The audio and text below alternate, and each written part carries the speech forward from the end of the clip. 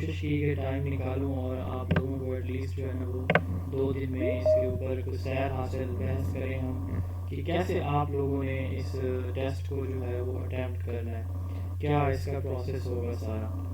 तो मुझे तो आप सब यकीनन जानते होंगे, आप में से बहुत से लोग मेरे डायरेक्टली इनडायरेक्टली स्टूडेंट भी होंगे।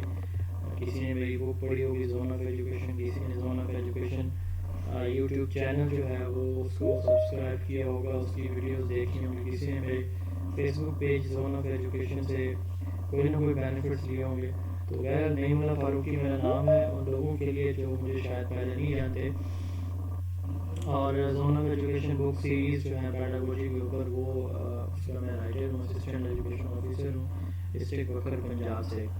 तो बहुत सारे स्टूडेंट मेरे सीन से हैं जो अल्हम्दुलिल्लाह मेरी बुक्स पढ़ रहे हैं या फिर इनडायरेक्टली जो है वो मेरी उससे चैनल से या फेसबुक पेज से वो मुस्तफ़ीद हो रहे हैं। मैं सिलेबस की तरफ सबसे पहले जाना चाहूँगा कि टीचिंग लाइसेंस का सिलेबस क्या है। तो जो पार्ट 1 है इसका कंटेंट नॉलेज 40%, मेरे ख्याल में उस पर कोई बड़ी बहस करने की ज़रूरत नहीं है। जो मेजर इशू इस वक्त से इनके टीचर्स को आ रहा है वो है जो पैडागोजी का जो पार्ट 2 है, ठीक है, पैडागोजिकल कंटेंट नॉलेज। तो पैडागोजिकल कंटेंट नॉलेज में जो सिलेबस है इसमें method of teaching and foundation of education, पहला टॉपिक है मेथड ऑफ टीचिंग। इसमें आगे सब हेडिंग्स हैं काफ़ी सारी, फिर है फाउंडेशन ऑफ एजुकेशन, फिर है child development and educational psychology, और उसके बाद है क्लासरूम मैनेजमेंट, उसके बाद है जी classroom assessment, test development and evaluation, और उसके बाद एंड पे है स्कूल कम्युनिटी एंड टीचर। तो ये आपका सिलेबस है। ये मैं मेन हेडिंग जो है वो चैप्टर्स की आपको बताई हैं। पहले हम एक देख लेते हैं जो सीवा ने एक सैम्पल पेपर भेजा है, उसको अटैम्प्ट करने के उसमें क्वेश्चन दिए, उसको कैसे अटैम्प्ट किया जाए। तो पहले हम उनको डिस्कस कर लेते हैं, फिर मैं सिलेबस की तरफ आऊँगा और उसमें बताऊँगा कि आप लोगों ने इस टेस्ट के अंदर जो है वो कैसे सवालात को हल करना है। और इसमें परेशान होने की बिल्कुल भी ज़रूरत नहीं है। मेरे ख्याल में मैं ये समझता हूँ कि जो हमारा सब्जेक्टिव पेपर होता है वो ऑब्जेक्टिव की निस्बत आसान होता है, क्योंकि सब्जेक्टिव में थोड़ा बहुत कुछ लिखने से आप जो है वो एटलीस्ट पासिंग मार्क्स ले सकते हैं। तो बगैर किसी वक्फा के हम बात करते हैं सबसे पहले इस सैम्पल पेपर की जो सीबा ने शेयर की है। तो इसमें है कि क्वेश्चन नंबर 1 ये देखें, method of teaching and foundation of education, यहाँ से कंस्ट्रक्टेड रिस्पांस क्वेश्चन। अच्छा, ये CRQ होता क्या है, पहले तो इसको 1 मिनट में देख लेते हैं। क्वेश्चन हमारे 2 तरह के होते हैं, याद रखिएगा। एक होता है सब्जेक्टिव क्वेश्चन, 2 तरह के होते हैं। सब्जेक्टिव क्वेश्चन 2 तरह के होते हैं। एक होता है रेस्ट्रिक्टेड रिस्पांस क्वेश्चन, ठीक है, रेस्ट्रिक्टेड रिस्पांस क्वेश्चन RRQ। दूसरे होते हैं कंस्ट्रक्टेड रिस्पांस क्वेश्चन CRQ, ठीक है। अब रेस्ट्रिक्टेड रिस्पांस क्वेश्चन वो क्वेश्चन होते हैं जिनमें आपसे कोई एक बात पूछी जाती है डायरेक्टली। मिसाल के तौर पर कि what is the capital, what is the name of capital of Pakistan, ठीक है। तो इसके ऊपर जो है वो 5 लाइनें बताएं या 5 सेंटेंसेस बताएं कैपिटल के ऊपर के, ठीक है। अच्छा, या फिर ये पूछा जा सकता है आपसे कि सिंध प्रोविंस के अंदर स्कूल कि इस वक्त कौन सी एजुकेशनल पॉलिसी जो है वो सिंध के कौन सा करिकुलम सिंध प्रोविंस के अंदर चल रहा है, ठीक है। तो इस पे 2 एग्जांपल्स दें। अब बात करने का मकसद ये है कि इसमें आपको रिस्ट्रिक्शन दी जाती है कि सिर्फ यहाँ से ये सर्कल है इसके अंदर रह के आपने बात करनी है। कंस्ट्रक्टेड रिस्पांस ऐसा होता है जिसमें आप अपनी मर्जी से अपना पॉइंट ऑफ व्यू अपनी मर्जी से दे सकते हैं, उसमें कोई लिमिटेशन नहीं होती, ठीक है। इसको कंस्ट्रक्टेड रिस्पांस कहते हैं। ये तो क्लियर हो गया कि भाई कंस्ट्रक्टेड रिस्पांस क्या होता है। अब हम इसके कुछ क्वेश्चन जो दिए गए हैं इनको देखते हैं कि इनको अगर ये सवाल पेपर में दोबारा यही वाले आ जाए तो आपने कैसे इनको सॉल्व करना है। ये बहुत ही आसान है। मैं अभी थोड़ी देर 15 मिनट पहले इस पेपर को देखा है। कंस्ट्रक्टेड रिस्पांस क्वेश्चन में ये टॉपिक है ऊपर आपका, बल्कि चैप्टर का टाइटल है method of teaching and foundations of education. इसमें क्वेश्चन नंबर 1 है, explain in paragraph 1 teacher centred and 1 learner centered approach in the classroom for effective teaching in grade 7। 7वीं class है आपके पास और आपने 7वीं क्लास के अंदर एक स्टूडेंट सेंटर्ड मेथड और एक लर्नर सेंटर्ड मेथड जो है, टीचर सेंटर्ड मेथड और एक लर्नर सेंटर्ड मेथड इसके अंदर अप्लाई करना है 7वीं क्लास के अंदर। अब बहुत सारे इसमें हमारे जो हैं टीचर सेंटर्ड मेथड भी हैं और लर्नर सेंटर्ड मेथड, जैसे है डायरेक्ट इंस्ट्रक्शन या जैसे लेक्चर मेथड है, ठीक है, रेसिटेशन मेथड है, ये सारे टीचर सेंटर्ड मेथड है। तो इनमें सबसे आसान जो है वो लेक्चर मेथड है, ठीक है, ये टीचर सेंटर्ड मेथड होता है। अच्छा, लर्नर सेंटर्ड मेथड कौन से हैं? लर्निंग बाय डूइंग मेथड यानी एक्टिविटी मेथड हो गया, कोऑपरेशन कोऑपरेटिव मेथड हो गया, प्रोजेक्ट मेथड हो गया, क्वेश्चन आंसर मेथड हो गया, ठीक है, इंडक्टिव मेथड हो गया। अभी इतने सारे मैंने आपको नाम ले लिए, ये सारे लर्नर सेंटर्ड अप्रोचेज हैं। तो ये आपसे सवाल में पूछ रहे हैं कि भाई किसी एक मेथड के बारे में एक पैराग्राफ लिखें, ठीक है। अब देखें, हम लेक्चर मेथड की बात कर लेते हैं। अब देखें, इफेक्टिव टीचिंग से मुराद ये है कि जो आप पढ़ा रहे हैं बच्चे उसको समझें। ये नहीं है कि सिर्फ आपने पढ़ाना है, नहीं। इफेक्टिव टीचिंग ये होती है कि जिसमें स्टूडेंट आपकी टीचिंग को अंडरस्टैंड कर ले, यानी आपकी टीचिंग स्टूडेंट की बेटर लर्निंग का बायस बन रही हो। आप देखें, मैं इसमें एग्जांपल ले लेता हूँ सबसे आसान टीचर सेंटर्ड मेथड में लेक्चर मेथड की। लेक्चर मेथड क्या होता है? लेक्चर मेथड ये होता है कि आपके पास टॉपिक है, अब आपने कौन से सब्जेक्ट में लेक्चर मेथड यूज करना है। आप उनको हिस्ट्री पढ़ा रहे हैं यानी सोशल स्टडीज पढ़ा रहे हैं, आप उनको इस्लामिक स्टडी पढ़ा रहे हैं, तो इन सब्जेक्ट्स के लिए आप कह सकते हैं कि to teach Islamic study I shall use lecture method, ठीक है। तो अब देखें, आपने उसके फीचर बताने हैं कि मेरे पास जो नंबर ऑफ स्टूडेंट हैं वो 60 प्लस हैं, तो मेरे लिए ये टीचिंग मेथड बहुत बेस्ट रहेगा, ठीक है, क्योंकि मेरे पास टाइम 30 मिनट्स है, मेरे पास स्टूडेंट्स 70 या 60 बैठे हुए हैं और उस कम टाइम में मैंने ज़्यादा सारा कंटेंट बच्चों को पढ़ाना है। तो टीचर सेंटर्ड मेथड में सबसे बेस्ट मेथड मैं लेक्चर मेथड यूज़ करूँगी या करूँगा। अच्छा, दूसरी साइड पे आ जाए, लर्नर सेंटर्ड अप्रोच। अब आप कहते हैं कि आपने साइंस सब्जेक्ट पढ़ाना है 7th ग्रेड के अंदर। अब 7वीं क्लास में साइंस पढ़ाने के लिए आप स्टूडेंट सेंटर्ड मेथड काफ़ी सारे हैं, उनमें सबसे अच्छा मेथड जो है वो आप project method, demonstration method, activity method ये यूज़ कर सकते हैं। आप कहते हैं कि जी मैं डिमॉन्स्ट्रेशन मेथड यूज़ कर लूँगी। आपने कहना कि मैंने वाटर एवेपोरेशन बच्चों को पढ़ानी है, तो उसके लिए मैं क्या करूँगा, मैं पानी, एक बर्तन, गैस का सिलेंडर, ठीक है, वो सारी चीज़ें टेबल पे रखूँगी। मैं जो है वो पानी के नीचे जो सिलेंडर रखूँगी, पानी ऊपर रखूँगी और जो है वो आग जलाऊँगी। 100 डिग्री सेंटीग्रेड पर टेम्परेचर जब उसका होगा पानी का, तो वो पानी इवेपोरेट होना शुरू हो जाएगा। तो ये सबसे अच्छा मेथड है, ठीक है, साइंस को पढ़ाने के लिए।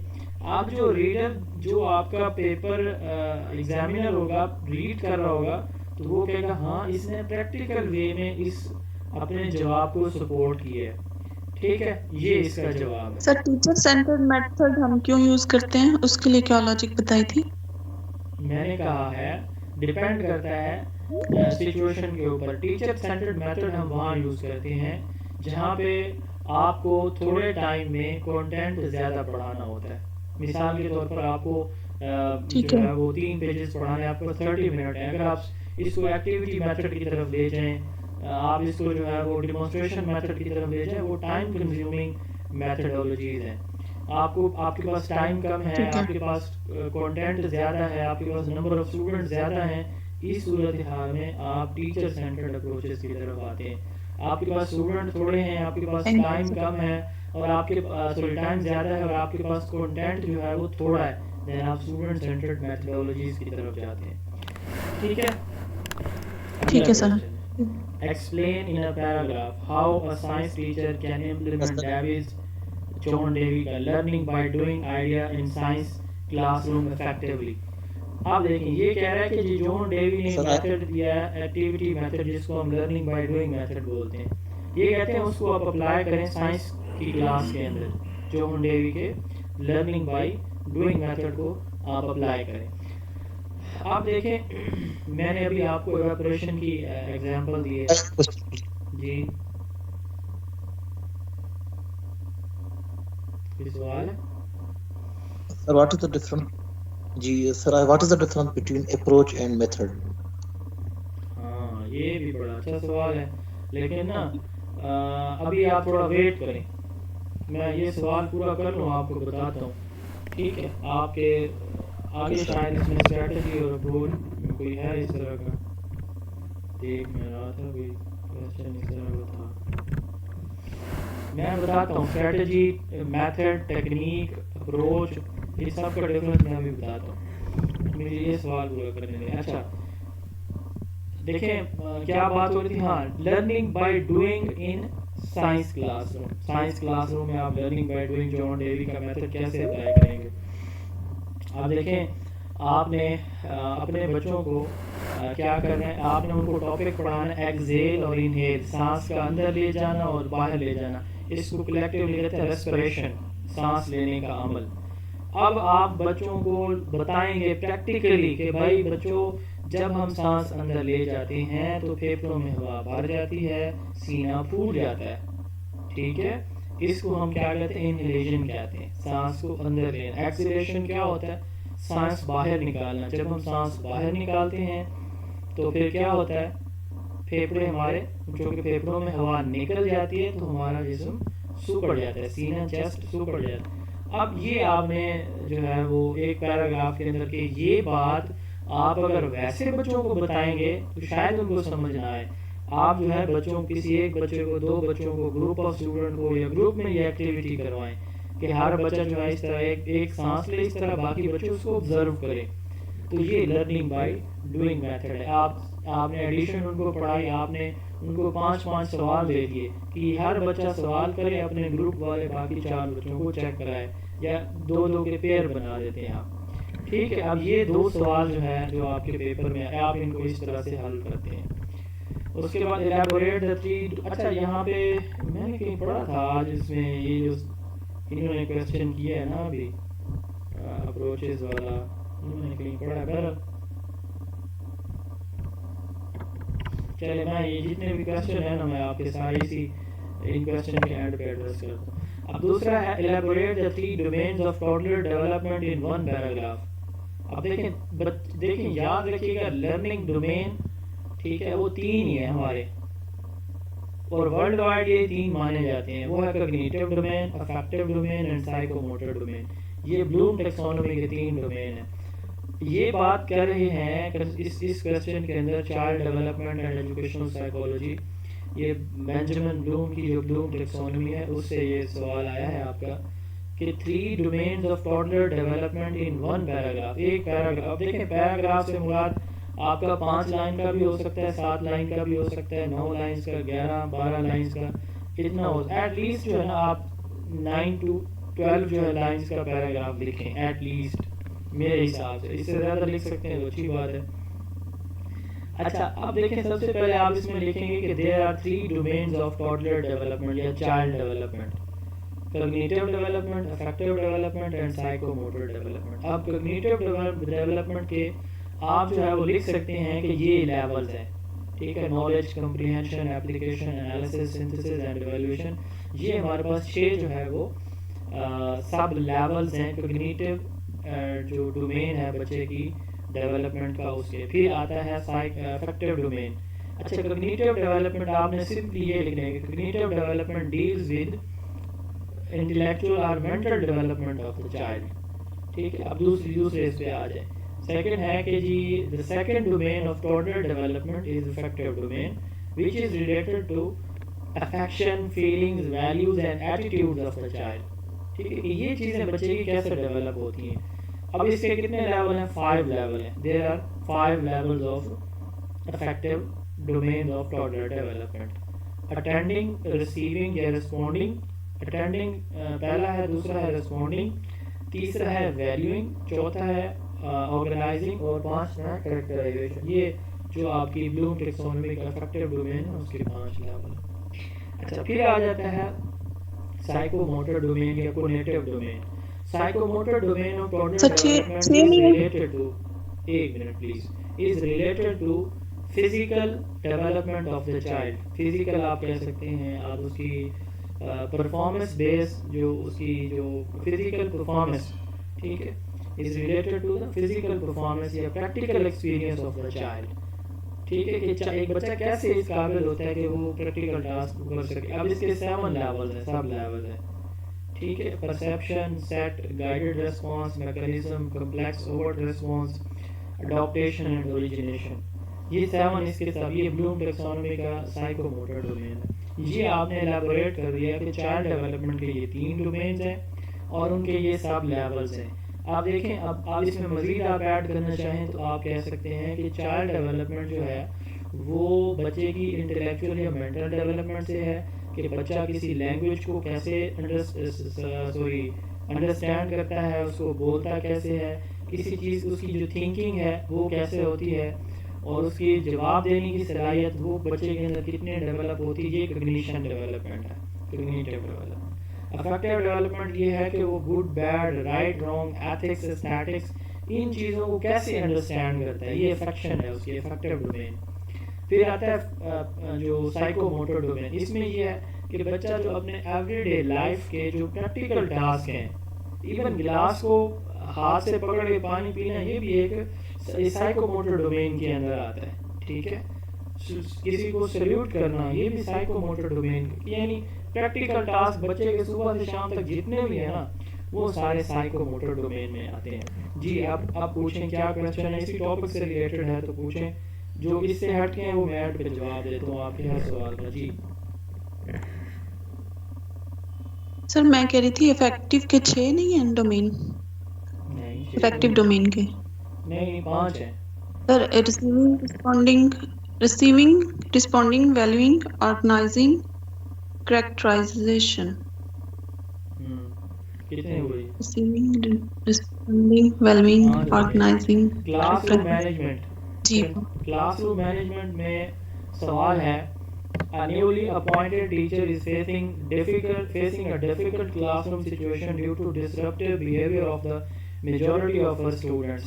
Suggest a solution aligning with the best classroom management practices which could be adopted by the teacher to manage her class effectively. Limit your response to 1 paragraph. अब देखें, स्कूल एग्जाम्पल में उन्होंने 1 पैराग्राफ को define नहीं किया हुआ कि आपका पैराग्राफ 5 लाइन का है, 20 लाइन का है, तो मिनिमम आप 9 से 12 की रेंज में रहें। इससे ज़्यादा लिख सकते हैं तो लिखें, बट कोशिश करेंगे ज़्यादा लेंथी आप जवाब लिखेंगे तो फिर उसका फ़ायदा नहीं है। टू द पॉइंट चीज़ें लिखें आप। अब वो कह रहा है कि एक टीचर है, उसकी स्टूडेंट ने उसका जो है ना वो उसको डिस्टर्ब किया हुआ है बहुत ज़्यादा, डिसिप्लिन नहीं है क्लास के अंदर, टीचर को क्या करना चाहिए।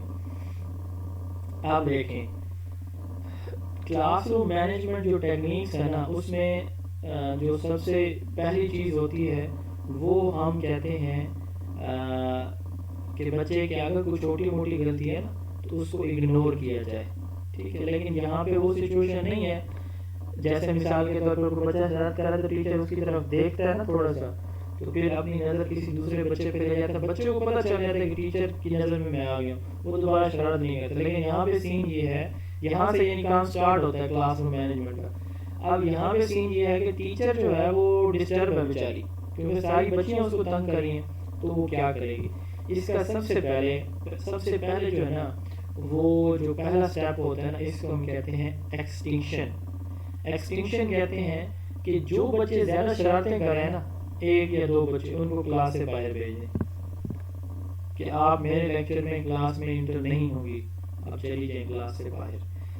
अच्छा, अब ये 2 बच्चों को जब वो क्लास से बाहर भेजेगी, एक को भेजेगी जो सबसे ज़्यादा शरारतें कर रही होगी, तो एक तो उसे भी एहसास होगा, वो बाहर जाके जब गैलरी में खड़ी होगी और बाकी बच्चियाँ देखेंगे, देखें टीचर ने उसको बाहर भेज दिया तो मेरी भी बारी आ सकती है। ये एक मेथड है क्लास में बच्चों को ठीक करने का। दूसरा मेथड क्या हो सकता है कि जो ज़्यादा शरारतें करें उन्हें कहें कि आप क्लास के उस पे आ जाएं, टीचर की चेयर टेबल के साथ आ जाएं, जो मैंने आपको कराया या कल कराया था वो जो है मुझे बोर्ड पे लिख के दें, ठीक है। तो यहाँ से भी बच्चों के ऊपर एकदम से असर होगा, और टीचर साथ ये कह दे कि इसके बाद किसी की बारी आ सकती है।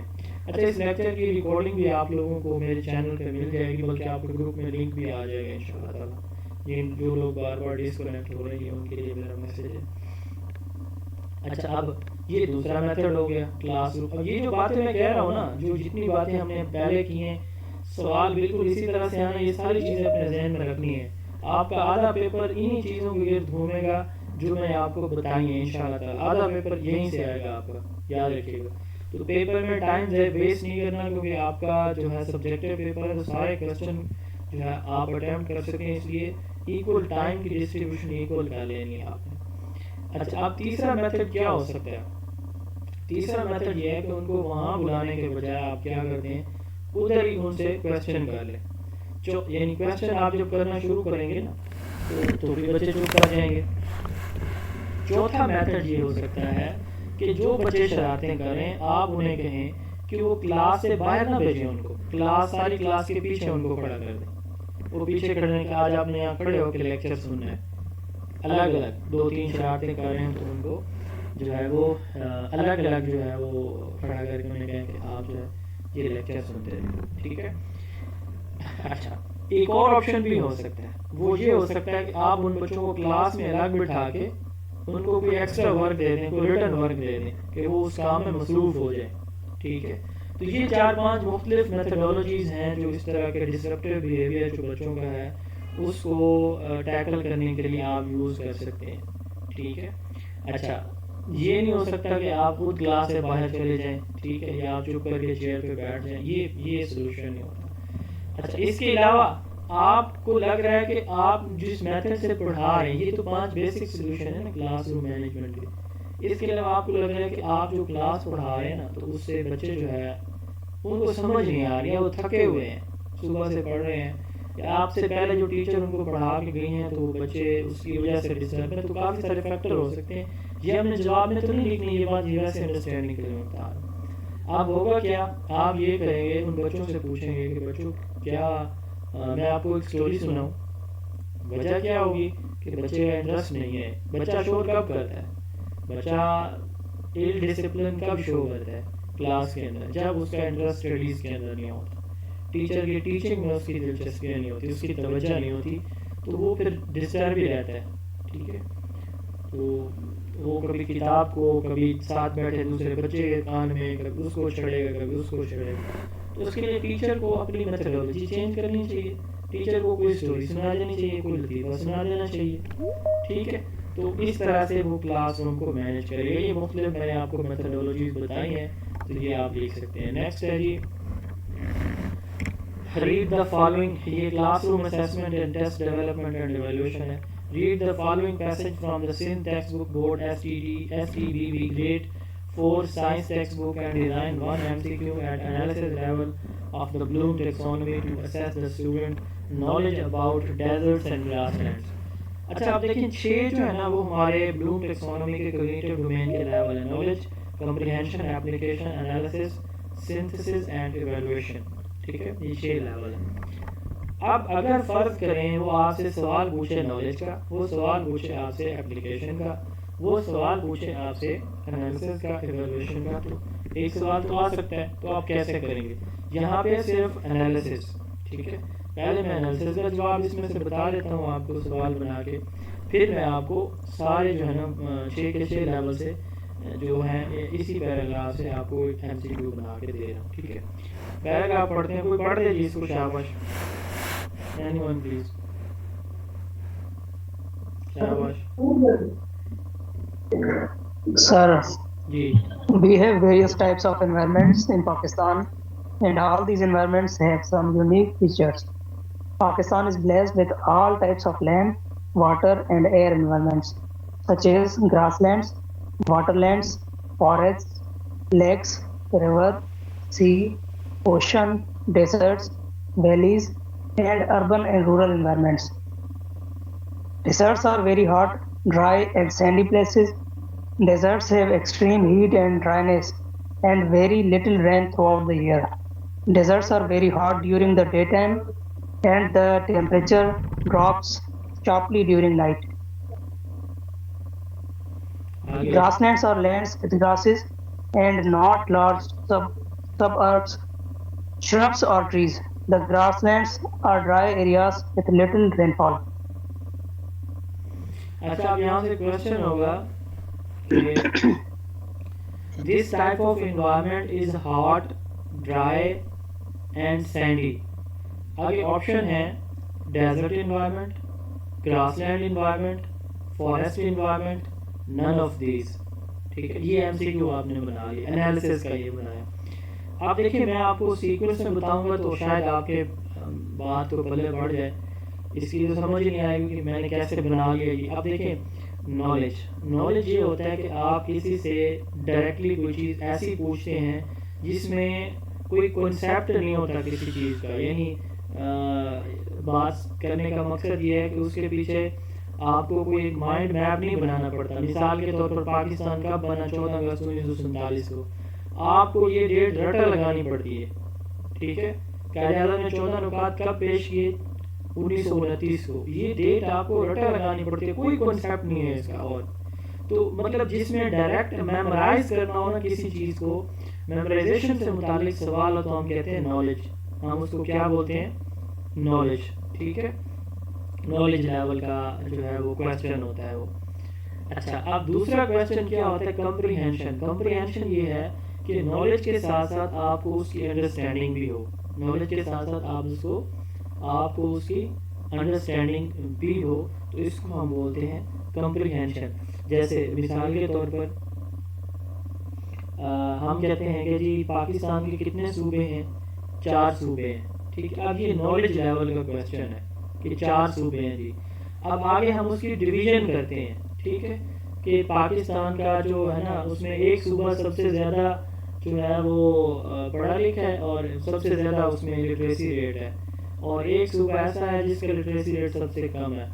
अब देखें, यहाँ पे बात ये है कि कौन सा वो सूबा है, आपको पता है क्या उस सूबे के बारे में जो सबसे ज़्यादा। अब आपको कैसे पता चलेगा, आपके पास अगर फिगर फैक्ट्स आते हैं। अब पंजाब का इस वक्त जो लिटरेसी रेट है वो 66.3% जो है वो पॉपुलेशन पंजाब की वो एजुकेटेड है। तो मतलब आपके पास सारे सूबों के हैं, तो आप उसमें से देख सकते हैं।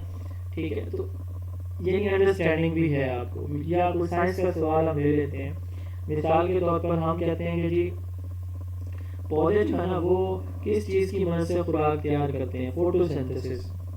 ठीक है, अब आपको फोटोसिंथेसिस की डेफिनेशन भी आनी चाहिए, ये उसकी क्या कहलाती है, उसकी कम्प्रीहेंशन कहलाती है। फिर उसके बाद एप्लीकेशन, फोटोसिंथेसिस का इस्तेमाल या फोटोसिंथेसिस के नतीजे में पौधे क्या क्या चीज़ें बनाते हैं, या फोटोसिंथेसिस का कहाँ कहाँ पे इस्तेमाल है। ठीक है, तो ये हमारे पास क्या आ जाएगी, एप्लीकेशन। फिर आता है एनालिसिस। अब एनालिसिस हम कहते हैं कि एक चीज़ कितनी चीज़ों से मिलकर बनी हुई है, उसके एक एक यूनिट को, एक एक कंपोनेंट को देखना, ये क्या कहलाता है, एनालिसिस। इन चीज़ों को डिवाइड करके समझना। पाकिस्तान के 4 सूबे हैं, सूबों के नाम बताएं। अब देखें 4 सूबे, यानी आपने पूरे कंट्री को, स्टेट को 4 हिस्सों में डिवाइड करें, तो ये क्या कहलाएगा, या फोटोसिंथेसिस के लिए कौन कौन से कंपोनेंट्स जो है वो आपको चाहिए होते हैं। अच्छा, इसके बाद जो है एनालिसिस के बाद सिंथेसिस। सिंथेसिस कहते हैं कि एक गाड़ी ख़राब हुई, वो मैकेनिक के पास जाती है ना, तो वो उसको खोलता है। ठीक है, और उसके बाद दोबारा उसको फिट करता है। अब यहाँ पे 2 चीज़ें हैं, एक है एनालिसिस और एक है सिंथेसिस। एनालिसिस ये है कि मैकेनिक देखता है कि भाई इसको पता नहीं क्या फॉल्ट है, वो उसके जो है ना सारे कंपोनेंट्स को, पार्ट्स को अलग करता है। फिर वो देखता है कि सर यहाँ आपकी गाड़ी में ये फॉल्ट आ है। अब ये उसने क्या किया, एनालिसिस किया, एनालाइज किया। ठीक है, हर पुर्जे को देखा कि यहाँ पे मसला नहीं है, यहाँ पे मसला है। अब फिर उसने क्या किया, दोबारा उनको फिट कर लिया, ये सिंथेसिस कर ली उसने।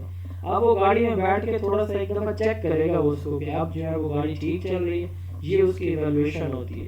अब एनालिसिस में हम किसी भी चीज़ को उसके पार्ट्स में डिवाइड करके समझते हैं, और सिंथेसिस में उन पार्ट्स को मिला के एक जनरल कॉन्सेप्ट बनाते हैं। ठीक है, और फिर इवैल्यूएशन में हम उसके फ़ायदे या नुकसान देखते हैं, हम उसके फ़ायदे या नुकसान देखते हैं। अब देखिए, एनालिसिस में मैंने कहा कि हॉट, ड्राई एंड सैंडी। अब ये देखें, ये हमने, या यूँ आप क्वेश्चन कर सकते हैं कि जो ड्राई वेदर, ठीक है, is a feature of which type of environment. तो अब यहाँ पे आप ऑप्शन दे सकते हैं, डेजर्ट्स, ग्रासलैंड, फॉरेस्ट या वेटलैंड्स। इनका आप ऑप्शन ले सकते हैं। तो ये मतलब एक मेजर इंफॉर्मेशन को आपने पार्ट्स में डिवाइड कर उसके किसी एक पार्ट के बारे में पूछा है, इसको एनालिसिस कहा जाता है। ठीक हो गया।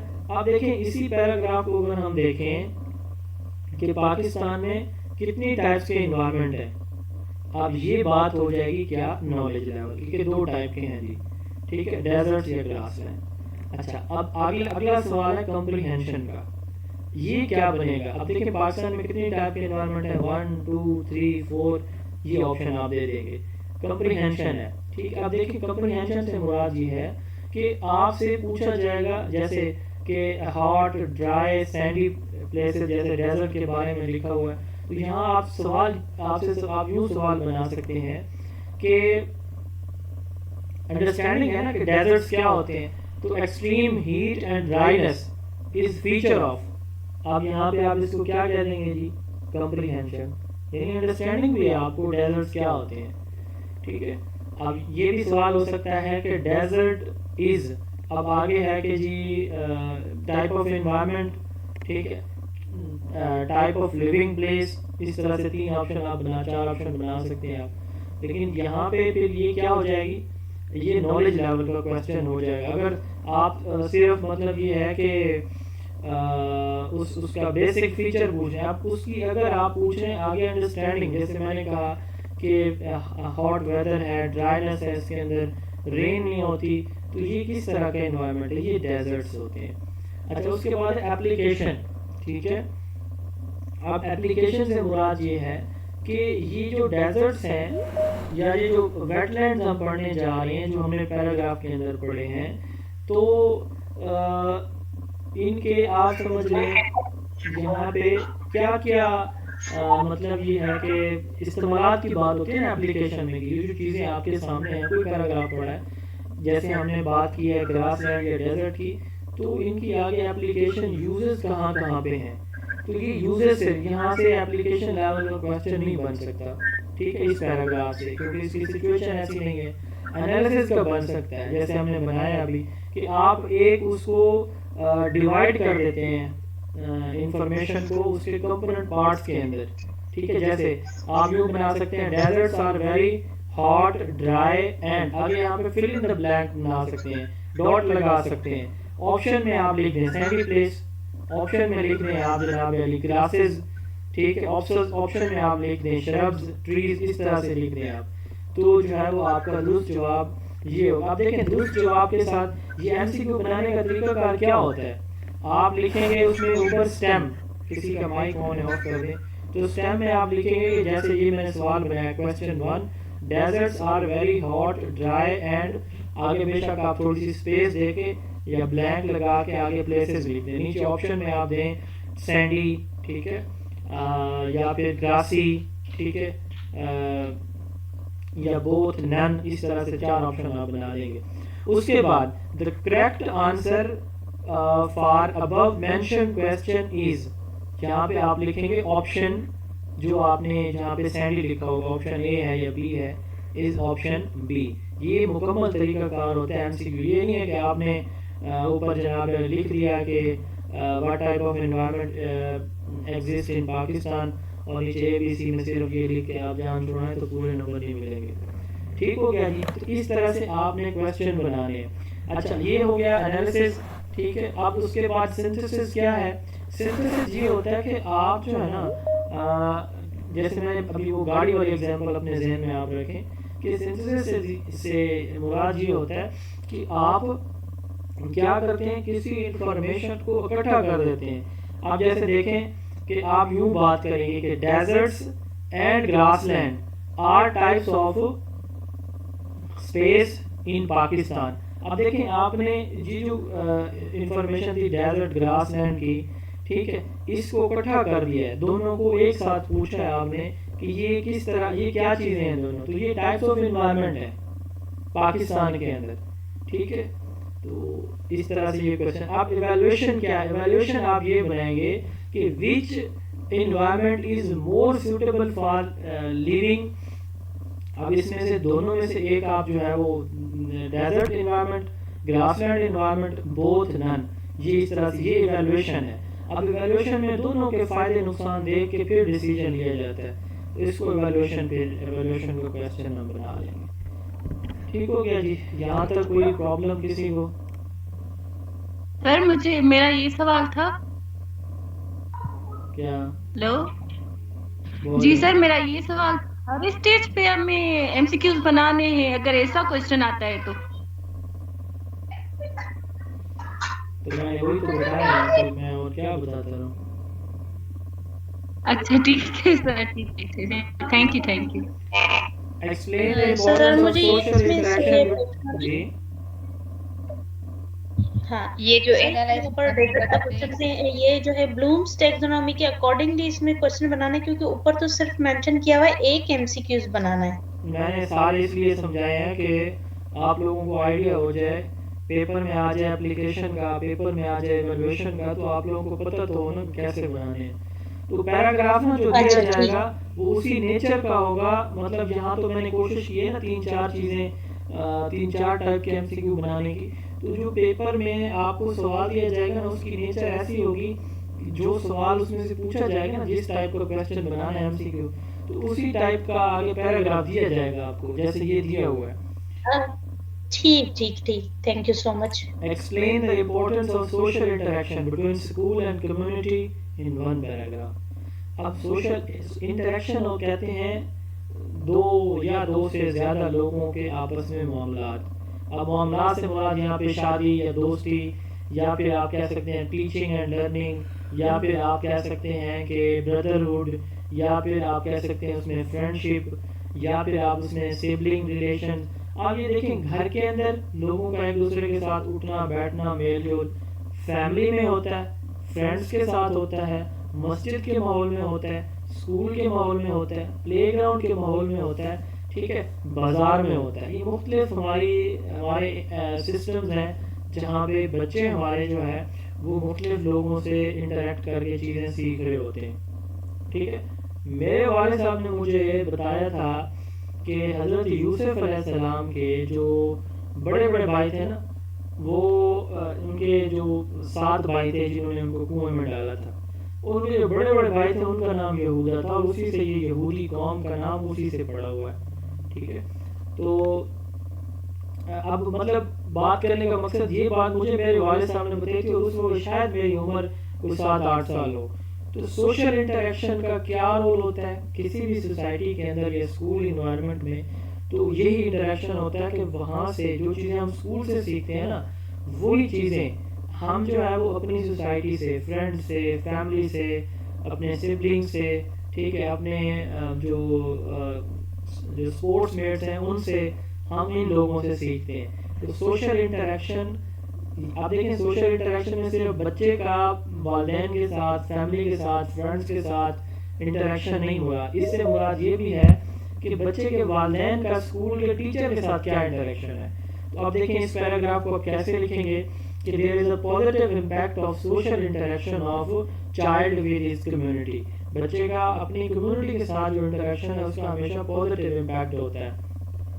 आप देखें अगर जो पेरेंट्स हैं वो रेगुलरली स्टूडेंट के जो टीचर हैं, उनके बच्चों के जो टीचर हैं उनके साथ वो मिलते रहें, वो बच्चे की प्रोग्रेस रिपोर्ट उनसे लेते रहें, तो उनको अपने बच्चे की प्रोग्रेस का पता होगा। जब उनको अपने बच्चे की प्रोग्रेस का पता होगा तो वो अपने बच्चे पे मजीद बेहतर अंदाज से फोकस कर सकते हैं। अच्छा, इसी तरह सारी चीज़ें बच्चा फॉर्मल एजुकेशन से नहीं सीखता। बहुत सारे, जैसे मैंने एग्जांपल आपको दिए, बहुत सारी चीज़ें बच्चे के उसकी कैरेक्टर डेवलपमेंट के लिए उसको इनफॉर्मल एजुकेशन, ये जो फैमिली से, फ्रेंड से सीखता है, इसको इनफॉर्मल एजुकेशन कहते हैं। तो इनफॉर्मल एजुकेशन के बच्चे के बिहेवियर के ऊपर, बच्चे के cognitive, affective and psychomotor domain के ऊपर बहुत असर होता है। ठीक है, अब देखिए पहला स्टेप होता है बच्चा जब जो उसका जो साइकोमोटर है, कि बच्चा जो है ना पैदा होते ही हाथ पाँव मिलाता है, ये उसका साइकोमोटर है। रिसर्च ये कहती है कि 2 साल तक बच्चे का ज़हन इस्तेमाल नहीं होता, यानी कि एक रिसर्च कहती है कि 4 साल तक जो बच्चा है ना उसका जो माइंड है वो 50% तक डेवलप हो चुका होता है। कितना? बच्चे का जहन 4 साल की एज में 50% डेवलप होता है। और जो है ना उसकी प्याजे की थ्योरी, वो साइकोलॉजी के अंदर आपने शायद पढ़ी भी होगी, सेंसरी मोटर जो है वो उसकी स्टेज है, प्री ऑपरेशनल स्टेज है, कंप्लीट ऑपरेशनल, फॉर्मल ऑपरेशनल। उसमें जीन प्याजे कहते हैं कि 2 साल तक बच्चा अपना ज़हन इस्तेमाल ही नहीं कर सकता होता। तो देखें, लेकिन उसकी साइको मोटर मूवमेंट तो होती है उस वक्त भी, ठीक है। आपके 2 साल के 6 माह के बच्चे, 2 माह के, 3 माह के, 4 माह के बच्चे को ऊंची आवाज से आप बोलेंगे, वो बच्चा डर जाएगा और रोएगा। इसका मतलब उसकी अफेक्टिव डोमेन काम कर रहा है, वो फीलिंग को अंडरस्टैंड करता है सुन के अपने सेंसेस से, जो हियरिंग सेंस है उससे, ठीक है, लेकिन उसका दिमाग काम नहीं करता। तो बात करने का मकसद ये है कि बच्चे की पैदाइश से लेकर उसकी स्कूलिंग तक, कॉलेज या यूनिवर्सिटी एजुकेशन तक उसकी सोसाइटी का उसके ऊपर बहुत असर होता है। सोशल इंटरेक्शन से मुराद ये होता है कि बच्चा जो कुछ अपने वालिदैन से, अपने असातिज़ा से, ठीक है। अब ये सोशल इंटरेक्शन का ये मतलब नहीं है कि जो चीज़ें वो स्कूल से बाहर सीखता है सिर्फ वही मुराद है, नहीं। स्कूल में अपने वो क्लासमेट्स के साथ, स्कूल में अपने वो सीनियर्स के साथ, अपने टीचर्स के साथ, और वो टीचर जो उसको नहीं पढ़ा रहे लेकिन स्कूल के टीचर हैं, उनसे भी बहुत सारी चीज़ें सीख रहा होता है, ठीक है।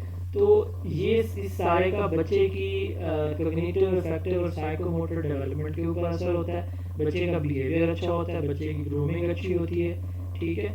बच्चे का जो उसके अंदर गुड, बैड, राइट, रॉन्ग का कॉन्सेप्ट आता है, और इसके साथ साथ बच्चे को किसी ग्रुप के अंदर काम करने की आदत पड़ जाती है। वो अपने फैलोज के साथ, बाहर सोसाइटी के साथ जो है वो ग्रुप वर्क या ग्रुप में, टीम की शक्ल में काम करना सीख जाता है। वो बच्चा, उसके अंदर शायनेस ख़त्म हो जाती है। जो बच्चा ग्रुप में काम करता है ना, सोशली इंटरेक्शन में रहता है, तो उसके अंदर शर्मिंदापन जो है ना वो ख़त्म हो जाता है। बच्चा जो है वो कॉन्फिडेंट होता है, उसका कॉन्फिडेंस डेवलप होता है। ये वो सवाल थे जो आपके पेपर में, सैम्पल पेपर में पूछे गए। अब किसी का क्वेश्चन था कि सर हमें बताएं कि टीचिंग मेथड, टीचिंग अप्रोच में क्या फ़र्क होता है। ये स्लाइड आपको नज़र आ रही है, टीचिंग मेथड, अप्रोच, टेक्निक। ये क्वेश्चन मैं पहले एड्रेस करता हूँ, उसके बाद हम उधर आते हैं बाकी सवालों की तरफ। स्लाइड ये नज़र आ रही है टीचिंग मेथडोलॉजी वाली? जी जी सर, आ रही है। अच्छा, देखें, मैं मुख्तसर वे में बाकी सबको बताऊंगा सारी चीज़ें, लेकिन मैं जो है ना, आपका सवाल क्या था मोहतरम? अप्रोच और स्ट्रेटजी का पूछा था। अप्रोच और मेथड के बारे में। हाँ, अप्रोच और मेथड के बारे में। लेकिन मैं आपको कुछ 2 चीज़ें एक्स्ट्रा भी बताने जा रहा हूँ। क्यों? क्योंकि आपको एक सीक्वेंस आपके जहन में रहेगा। इसको समझने के लिए ना, ये एक इमेज देखें आप। ये नज़र आ रही है इमेज आप लोगों को, ये सर्कल्स वाली? जी यस जी जी सर। अच्छा, इसमें लिखा हुआ है approach, strategy, method, technique and activity. अब देखें अप्रोच क्या होती है, इसको जानने के लिए हम नीचे से स्टार्ट करते हैं। पहले एक्टिविटी, क्लास में बच्चे मिलकर कोई काम कर रहे हैं, ये एक्टिविटी है। वो एक्टिविटी सही तरीके से नहीं हो पा रही, ठीक है। तो टीचर क्या करता है, एक टॉपिक समझाया ना उसने, ये टॉपिक करा रहा है टीचर, तो बच्चे नहीं कर पा रहे, तो टीचर क्या करता है भाई, टीचर उसको उस पर एक सवाल के लिए कोई दूसरा मेथड वो यूज़ करता है, कोई दूसरी ट्रिक्स यूज़ कर देता है। ये टेक्निक्स होती हैं। मेथड क्या होता है, वे ऑफ प्रेजेंटेशन को कहते हैं। स्ट्रेटजी क्या होती है, प्लानिंग होती है। अप्रोच क्या होती है, अप्रोच से मुराद ये होता है कि आपकी टीचिंग का ओवरऑल क्लास का एनवायरनमेंट कैसे है। ये मैंने मुख्तसर वे में बताया। आप ऊपर से नीचे अब स्टार्ट करते हैं। अब देखें, ये देखें, approach encompasses all the terms like strategy, method, technique and activity. Approach किसको कहते हैं, nature of teaching and learning. Nature अब से क्या हुआ है, एक क्लासरूम के अंदर किस तरह का इन्वायरमेंट जो है वो हो रहा है। टीचर सेंटर्ड इन्वायरमेंट है पूरी क्लास का, या लर्नर सेंटर्ड है, ठीक है, या कोलैबोरेटिव है, यही हो सकता है ना। या टीचर डोमिनेंट है क्लास के ऊपर, ये एक अप्रोच हो सकती है, टीचर डोमिनेंट अप्रोच। दूसरी क्या हो सकती है, student centred, student dominant approach. इसको एक्टिविटी सेंटर्ड अप्रोच भी हम कह सकते हैं, स्टूडेंट सेंटर्ड, लर्नर सेंटर्ड या एक्टिविटी सेंटर्ड। अब तीसरी क्या हो सकती है, कोलैबोरेटिव, जिसमें दोनों मिलकर जो है वो लेसन प्लानिंग कर रहे हैं, टीचिंग लर्निंग कर रहे हैं। टीचर टॉपिक बताता है, बच्चा आके प्रेजेंट करता है, बाकी बच्चे उसको सुनते हैं। ये कोलैबोरेटिव अप्रोच है। तो अप्रोच से मुराद overall nature of the teaching and learning, ठीक हो गया। ये ओवरऑल की बात हो रही है पूरी क्लास में कि आपकी क्लास में किस तरह की टीचिंग लर्निंग इन प्रोसेस है, ठीक है, टीचर सेंटर्ड है या फिर स्टूडेंट सेंटर्ड है या फिर कोलैबोरेटिव है। अब उसके बाद आते हैं स्ट्रेटेजी। आप देखें चाहे आपने टीचर सेंटर्ड पे जाना है चाहे आपने स्टूडेंट सेंटर्ड पे जाना है, कोई एक या कोलैबोरेटिव पे जाना है, तो आप क्या करते हैं, सबसे पहले आप लेसन प्लानिंग करते हैं, ठीक है। तो स्ट्रेटेजी से मुराद ये होता है आपकी प्लानिंग। स्ट्रेटेजी क्या होती है, प्लानिंग, कि आपने इस टॉपिक को कैसे पढ़ाना है, ठीक है। अब आप उसके लिए प्लान करते हैं और प्लानिंग के साथ साथ आप उसमें एक से ज़्यादा मेथड यूज़ करते हैं। मिसाल के तौर पर मैंने आज आपको पढ़ाना था, ठीक है, तो मेरी अप्रोच टीचर सेंटर्ड है। मैं आप लोगों को तो नहीं साथ शामिल कर रहा, सारी कन्वर्सेशन मेरी तरफ से ज़्यादातर हो रही है, ज़्यादा बोल रहा हूँ मैं, या तो मैं हर टॉपिक पे हर लाइन से आपसे सवाल करूँ तो ये 2 वे हो जाएगी, आप भी आ जाएंगे, कोलैबोरेटिव बन जाएगी। बट यहाँ पे टीचर सेंटर्ड अप्रोच मैं यूज़ कर रहा हूँ। देन है स्ट्रेटजी। आप को इस लेक्चर को स्टार्ट करने से 20 से 25 मिनट पहले शायद मैंने आपका ये जो सिलेबस है उसको एक नज़र देखा और आपके एक पास पेपर जो आपका सैम्पल पेपर है इसको मैंने देखा। तो फिर मैंने देखा कि मैंने आपको किस चीज़ पे बात क्या करूँगा मैं आपसे। तो फिर मैंने 3 स्लाइड्स ये देख लें, एक ये टीचिंग लाइसेंस का सिलेबस था वेरी फर्स्ट जो मैंने ओपन करके रखा हुआ था, एक सैम्पल पेपर रखा हुआ था, एक मैंने जो है वो अपनी किताब zone of education subjective edition का ये पेज जहाँ से मैंने कुछ चीज़ें आपके साथ आपके टॉपिक से रेलिवेंट दिखानी थी वो मैंने यहाँ पे ओपन करके रखी हुई थी। दैट इज स्ट्रेटजी, कि मैंने आपको क्या कैसे पढ़ाना है। अब मैं लेक्चर मेथड से पढ़ा रहा हूँ, मैं एक्टिविटी मेथड भी इसमें शामिल कर सकता हूँ, मैं क्वेश्चन आंसर मेथड भी शामिल कर सकता हूँ। तो इट मीन्स एक स्ट्रेटजी के अंदर बहुत सारे मेथड आ जाते हैं। स्ट्रेटजी क्या है, प्लानिंग, कि आपने किस मेथड से कैसे पढ़ाना है अपने टॉपिक को। अब आ जाते हैं मेथड, ठीक हो गया। अब मेथड क्या है, मेथड वे ऑफ प्रेजेंटेशन को कहते हैं। मेथड क्या है, way of presentation, way of delivering a lecture, way of presenting a topic, इसको हम क्या बोलते हैं, मेथड बोलते हैं। अब मेथड आपको कौन सा, जैसे मैंने कहा स्ट्रेटजी में एक से ज्यादा मेथड आ जाता है। Strategy is planning about how to deliver a lecture, ये प्लानिंग अबाउट हाउ टू, और ठीक है। और मेथड क्या है, वे है कि इस तरह से आप करेंगे। जैसे स्ट्रेटजी में था कि मैं question answer, lecture method, activity method use कर सकता हूँ, और मेथड में मैं बताऊंगा कि मैं लेक्चर मेथड यूज कर रहा हूँ, मैं एक्टिविटी मेथड यूज कर रहा हूँ, ठीक है। मेथड किसको कहते हैं, वे ऑफ प्रेजेंटेशन को। एंड टेक्निक, अब मैंने लेक्चर मेथड से पढ़ाना शुरू किया, मुझे समझ लगी कि मेरे बच्चों को समझ नहीं आ रही, तो मैं किसी एक छोटे से टॉपिक के लिए अपने उस मेथड को जो मैं यूज़ कर रहा हूँ उससे हट जाऊँगा, और मैं क्या करूँगा, तो मैं शॉर्ट ट्रिक्स यूज़ करूँगा ताकि ये बात जो बच्चे की अकल में नहीं पड़ रही इसको मैं समझा सकूँ। तो वो क्या कहलाती है, शॉर्ट ट्रिक्स आपकी टेक्निक्स कहलाती हैं। तो ये जो है वो आपकी अप्रोच, स्ट्रेटजी, मेथड और टेक्निक्स थी। जी किसी और का सवाल ही। अच्छा, कल जो है ना मैं आपके सिलेबस पे एक लेक्चर लूँगा इंशाल्लाह, एक मुकम्मल सिलेबस को मैं डिस्कस करूँगा 1 घंटे के लेक्चर में। आप लोग अपने दोस्तों के साथ भी शेयर करें, हमारे ग्रुप का लिंक ये फ्री है, ऐसी कोई फीस नहीं है। उसके अलावा ये ग्रुप आपका आपके 28 तक एक्टिव रहेगा। मैं इंशाल्लाह ताला आपके हर सवाल का रिस्पॉन्ड वहाँ ग्रुप में करूँगा, और उसकी कोई फीस आपसे किसी तरह से चार्ज नहीं की जाएगी। तो क्या बात मैं कर रहा था, हाँ, आज आप सवाल करें जितने भी आप कर सकते हैं, मैं जवाब देने के लिए हाजिर हूँ। कल मैं आपके सिलेबस के ऊपर मुकम्मल 1 आवर का लेक्चर दूंगा, 1 आवर या 1.5 आवर का, ठीक है। तो कल इस पे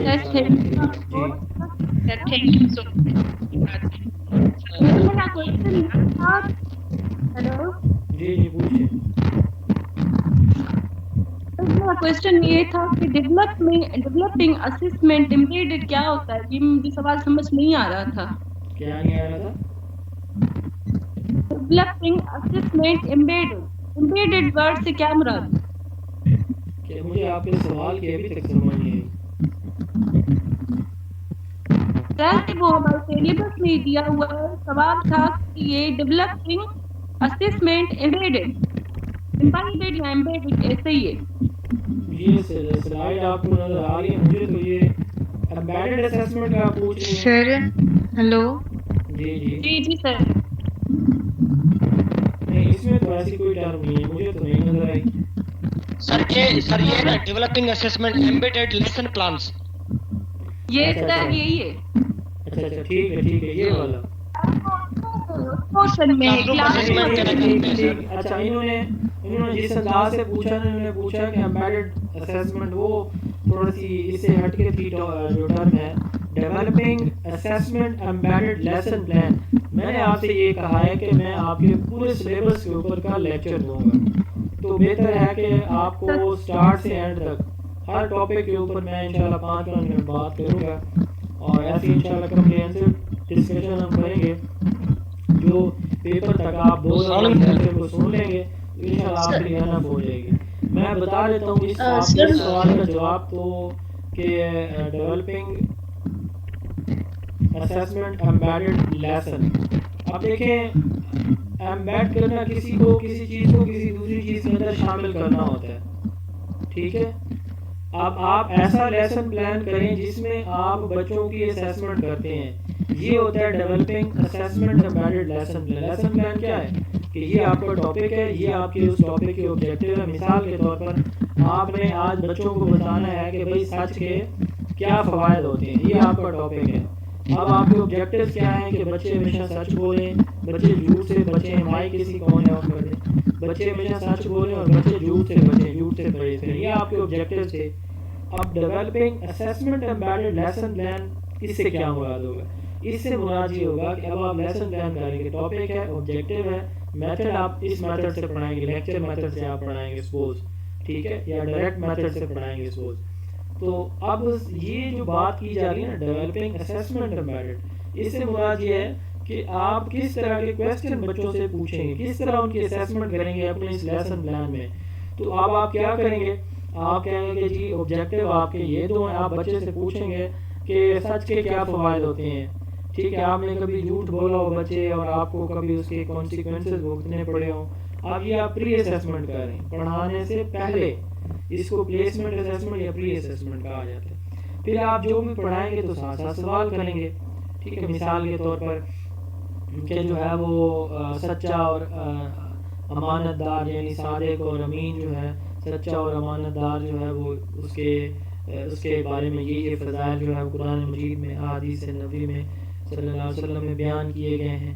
झूठ बोलने वाले के लिए ये वईदें बताई गई हैं मिसाल के तौर पर। अब आप उन फ़ज़ाइल और या उनके जो नुकसानात हैं उससे मुतालिक पढ़ाने के दौरान जो सवाल करेंगे, और फिर ये है कि पढ़ाने के बाद तो इस तरह आप क्या करेंगे, आपने 2 सवाल बना लेने हैं, 2 3 या कम से कम 2 आप बना लें। पहले क्या सवाल बनाएंगे उसी टॉपिक से रेलिवेंट जो आपने टॉपिक शुरू करने से पहले। ये मैं अपने टॉपिक के अंदर जो लेसन प्लान में बना रहा हूँ या बना रही हूँ तो उसमें ये मैं स्टार्ट करने से पहले पूछूंगा या पूछूंगी, ये जब मैं पढ़ा रहा हूँ रहूँगी तो उस वक्त मैं पूछूंगा, और ये जब मैं अपना टॉपिक मुकम्मल कर लूँगी तो उस वक्त ये मैं सवाल पूछूंगा अपने उसी लेसन प्लान के अंदर। इसको कहते हैं developing assessment embedded lesson plan. जी नेक्स्ट क्वेश्चन। सर मुझे एक क्वेश्चन पूछना था कि ये जो टेस्ट है इसमें जो है पासिंग क्राइटेरिया इनका क्या है? ये मुझे मेरे ख्याल में वही 40% ही होगा शायद, जो आपके सीन पब्लिक सर्विस का होगा। मुझे इसका आइडिया नहीं है, पर ये किसी और को पता है तो वो बता दें। जी किसी को पता है इस सवाल का जवाब? 60% कह रहे हैं, पर ये कंफर्म नहीं है, वो टॉप टू बॉटम है इसके बाद। नहीं, कितने और परसेंट? मेन जो है ना 60% कह रहे हैं। 60% तो भाई काफ़ी, ये बड़ी टफ जॉब है। तो आप सब जल्दी मेहनत करें आप लोग। बहुत से तो लोग 40%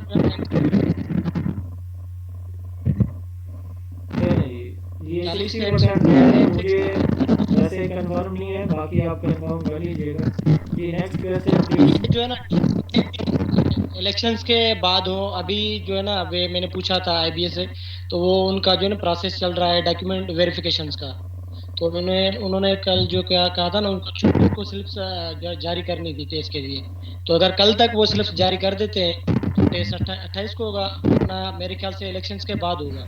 अगर ये इलेक्शन के बाद होता है तो मैं आपका 1 वीक सेशन रखूंगा जिसमें डेली हम ना एक जो है ना वो चैप्टर के ऊपर ना जैसे क्लासरूम मैनेजमेंट है तो इसके ऊपर एक दिन लेक्चर होगा, पूरा एक दिन एक इसके ऊपर। तो जितने आपके एरियाज बनते हैं ना उतने लेक्चर्स आपको मिल जाएंगे, अगर इन केस डेट एक्सटेंड होती है इंशाल्लाह। अगर नहीं होती तो फिर मैं कोशिश करूँगा कल जो है ना कम्प्रिहेंसिव वे में सारा आपका सिलेबस कवर हो जाए। Next question.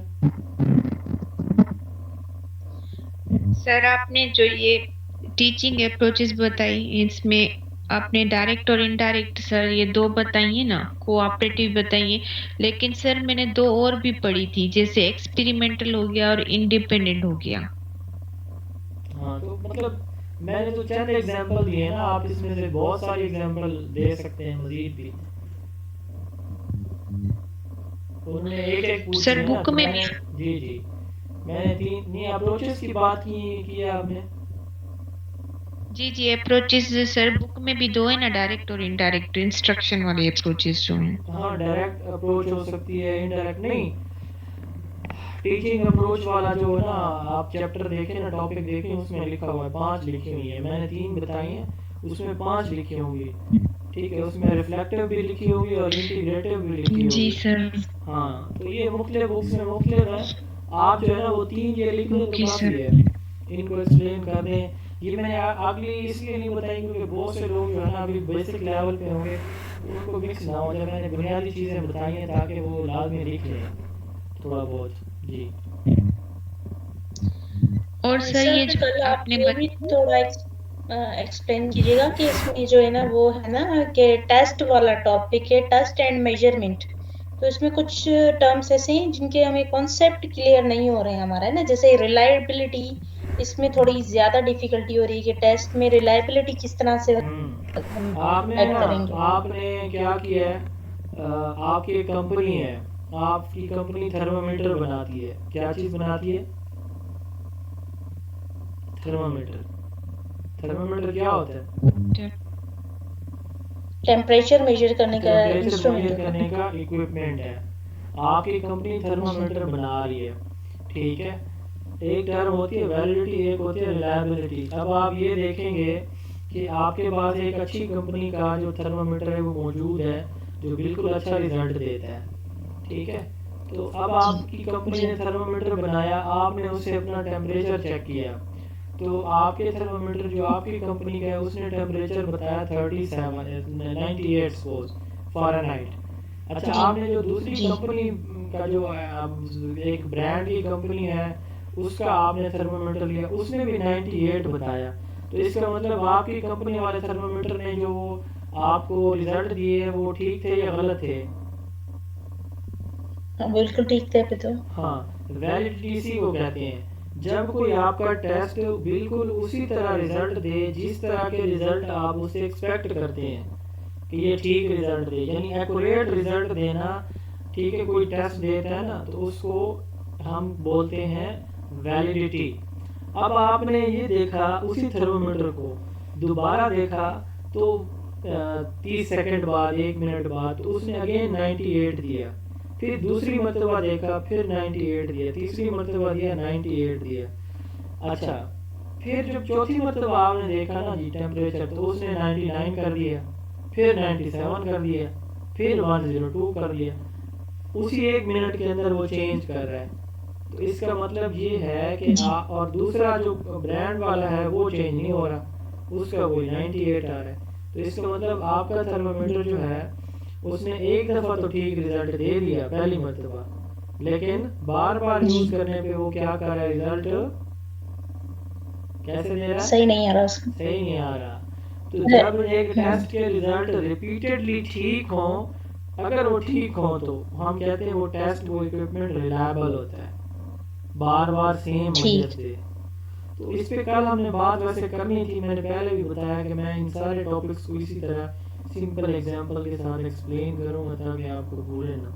तो एक्यूरेसी वैलिडिटी होती है, कंसिस्टेंसी इन रिजल्ट्स रिलायबिलिटी होती है। ठीक है, थैंक यू। आप ये जिंदगी बात नहीं बोलेंगे इंशाल्लाह, तावीज़ है ये। अच्छा, और कोई सवाल? ये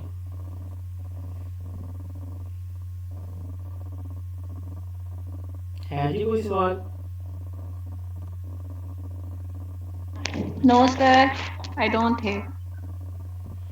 कोई भी सवाल है, इसका मतलब आप लोगों को पेपर आता है। हेलो, जी जी एक्सक्यूज मी सर। जी जी सर मैंने आज ही अभी ग्रुप ज्वाइन किया है, तो ये मेरी फर्स्ट क्लास है।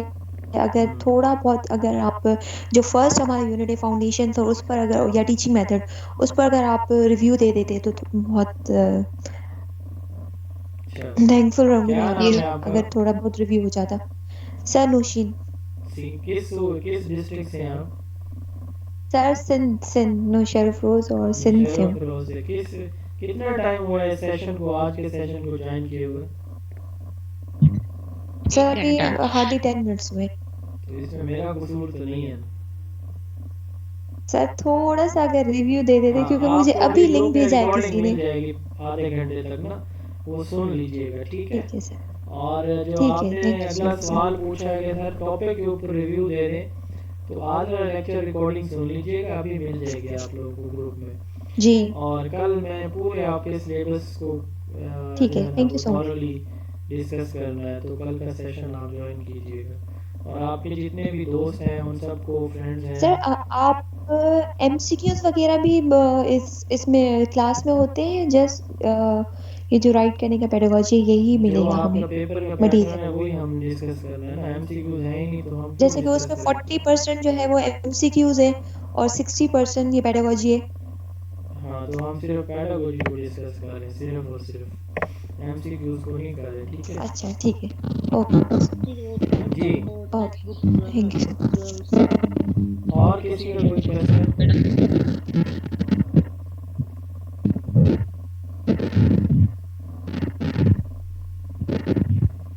चलें, ठीक है जी, इंशाल्लाह हेलो। ताला जिन लोगों ने आज लेट सेशन ज्वाइन किया है वो रिकॉर्डिंग सुन लीजिएगा। और इंशाल्लाह ताला ज़िंदगी रही तो कल इंशाल्लाह 8:30 बजे आप लोगों का ये सेशन होगा अगेन, जिसमें हम सारे सिलेबस को क्विकली थॉरो जो है ना वो उनका कॉन्सेप्ट लेंगे, ताकि कुछ ना कुछ जो है वो आपके माइंड में हो। आपने बहुत सारी चीज़ें पढ़ी होंगी, लेकिन मेरी कोशिश ये होगी कि बहुत ही सिंपल एग्जांपल्स के साथ आपका कॉन्सेप्ट हो, ताकि आप जो है वो 60+ मार्क्स ले लें। तो बाकी मैं आपको एंड में बताऊंगा, अभी सजेस्टेड रीडिंग भी बताऊंगा कि कहाँ से आपको पढ़ना चाहिए इस शॉर्ट टाइम में। मेरा प्लान था कि आप लोगों को मैं नोट्स प्रोवाइड करूँ, मैंने आपके एक चैप्टर के नोट्स बनाए भी थे। तो फिर जब मैंने टाइम देखा तो कि भी 28 है, उस वक्त गालबन 17 या 18 तारीख थी, तो फिर मैंने सोचा कि नहीं, अब जो है ना वो 3-4-5 दिन मुझे नोट्स आपके कंपाइल करने में लग जाएंगे, तो फिर मैंने वो काम नहीं किया। मेरा प्लान था कि मैं आप लोगों को एक मंथ का सेशन लूँगा और इंशाल्लाह उसमें आपका मुकम्मल सिलेबस आप लोगों को दूंगा और उसके अकॉर्डिंग आपकी तैयारी भी करूँगा। बट अनफॉर्चुनेटली डेट आ गई थी, तो मैंने वो काम वहीं पे स्किप कर दिया था, एक चैप्टर के नोट्स बना के उसके बाद ख़त्म कर दी थी बात। तो इंशाल्लाह ताला ज़िंदगी रही तो कल का सेशन हमारा होगा, और एक्सपेक्टेड है कि आपका टेस्ट जो है वो थोड़ा डिले हो जाए, लेकिन आप लोग फ़िलहाल इस पर सोचे नहीं कि डिले हो जाएगा नहीं होगा। आप लोग यही टारगेट रखेंगे 28 को हमने पेपर में 70+ मार्क्स लेने हैं इंशाल्लाह। तो पैडागोजी जो है वो अगर डिले हुआ तो इंशाल्लाह ताला इसमें से जो लेक्चर सुनेंगे तो इंशाल्लाह उनको परेशानी नहीं होगी। इंशाल्लाह ताला कल मुलाकात होगी। अपना बहुत सारा ख्याल रखिएगा। अल्लाह हाफ़िज़। रिकॉर्डिंग आप सबको 15 से 20 मिनट में ग्रुप में मिल जाएगी। अल्लाह हाफ़िज़। Thank you sir, thank you.